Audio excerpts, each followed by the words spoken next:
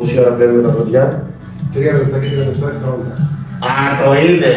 Τι είναι 3 και 37? Η Ιεροσυλία. Η Ιεροσυλία και την Καρπή. Επειδή δεν ήξερε, ναι, λοιπόν, και την Καρπή. Βάζεις Ιεροσυλία και ξεκινάει. Ήμουν στη ζωή σου. Και μέχρι να τελειώσει πλένουμε δόντια. 3,37.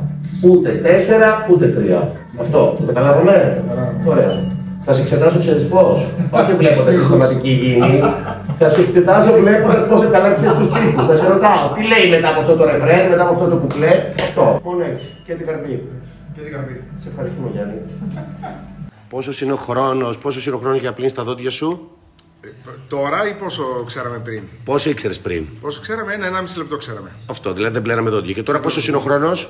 3 λεπτά και 37 δευτερόλεπτα. Τι σημαίνει αυτό 3 και 37, γιατί? Και τούλα Γαρμπή η Ιεροσυλία. Ωραία, και τι μου είπες εσύ, 2 φορές την ημέρα? Μου λέει 2 φορές την ημέρα η Ιεροσυλία και του κάνω. Καλά, και τις ευαισθησίες δεν τρέχει τίποτα. Σιγά, δεν έχουμε πρόβλημα.